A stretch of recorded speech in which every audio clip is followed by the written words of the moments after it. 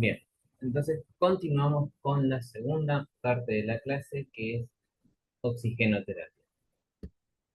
¿Qué es la oxigenoterapia? Es la administración de oxígeno por arriba de la concentración atmosférica, o del porcentaje atmosférico.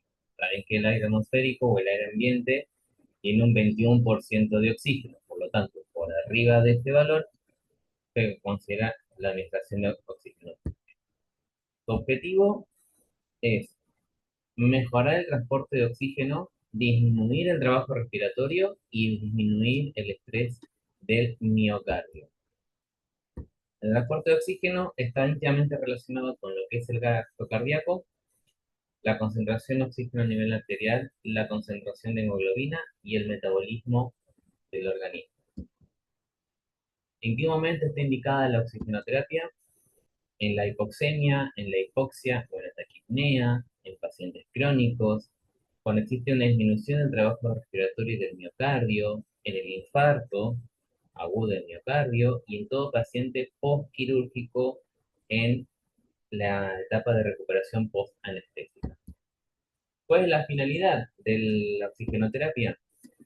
Aumentar el porcentaje de oxígeno inspirado, aumentar la presión parcial del dióxido de carbono alveolar, facilitando la difusión hacia los capilares y tejidos. Los objetivos de la administración de oxígeno, en los dispositivos para la administración de oxígeno se clasifican en bajo flujo y alto flujo. De bajo flujo, la más común es la cánula nasal, que depende cuántos litros por minuto se administre, es el porcentaje de oxígeno que está recibiendo el paciente. Puede ser de 1 a 2 litros por minuto, entre el 23 y el 30% de oxígeno, de 3 a 5 litros, un 30 a un 40, y de 6 litros, un 42%. Después tenés la mascarilla simple, que va de 6 a 8 litros, la mascarilla de reinhalación parcial, de 8 a 11, y por último la mascarilla de no reinhalación, que es el máximo dispositivo de bajo flujo, con 12 litros por minuto, que puede llegar a aportar entre un 80 y un 100% de oxígeno.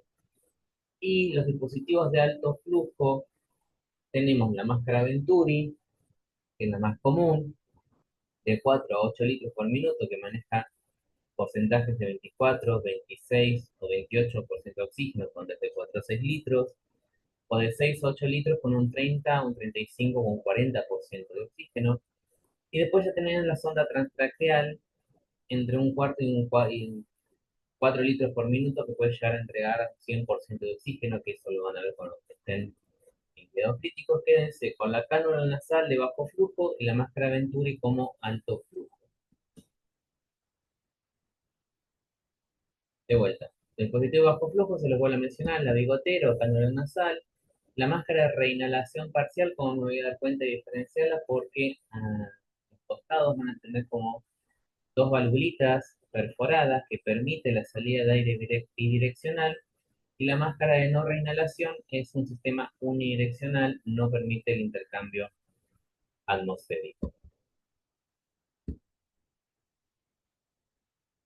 La máscara Venturi, con los diferentes adaptadores, con diferentes flujos puede llegar a presentarse, con diferentes colores: el azul, el amarillo, el blanco, el verde, el rojo o el rosa, el naranja. Sí, cada uno de los colores se identifica un flujo de oxígeno, cuántos litros por minuto se pueden adaptar. Varían por laboratorio, varían por dispositivo. La recomendación que le digo es que siempre, siempre lo agarren, lo lean y fíjense que están colocando el adaptador correcto para el oxígeno que necesita recibir el paciente. Si no, también tenés otros dispositivos en los cuales están todos los adaptadores en uno y solo hay que ir regulándolo para que coincida, pero por lo general van a ver los dispositivos con los piquitos de colores, con los adaptadores de colores. Después, algo que es muy común que van a ver es la- el dispenser o el dispositivo, perdón, de oxígeno a nivel central, que son los tres colores. El verde, que es el que administra oxígeno, que suele estar humidificado. El amarillo, que administra aire comprimido. y el rojo que es para aspiración. Y de los tres, el único que tiene presión negativa es el rojo para aspirar. El resto, el verde y el amarillo, tienen presión positiva. Y de vuelta, el oxígeno tiene que estar humidificado.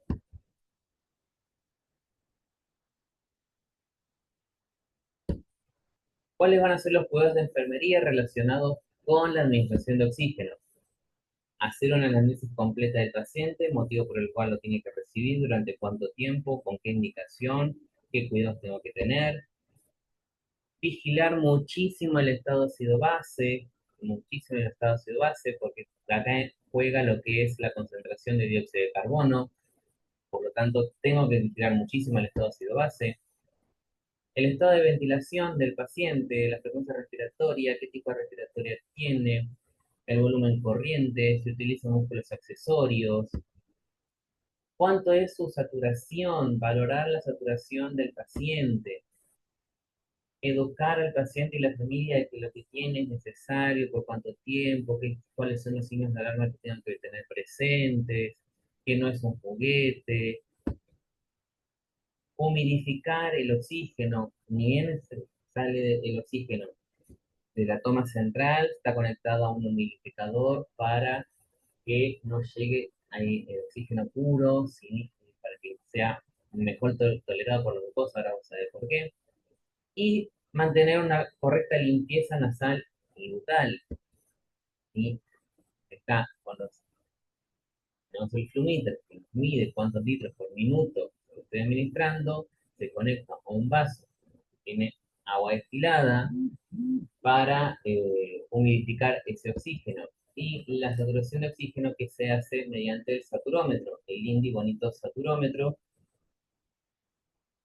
que indica bastante aproximado cómo es la saturación del paciente y si está surtiendo efecto el tratamiento.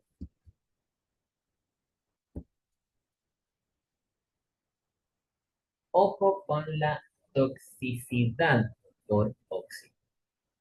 Si se administra muy por encima de la concentración de oxígeno, o sea, más del 50%, por más de 48 horas, se terminan produciendo radicales libres.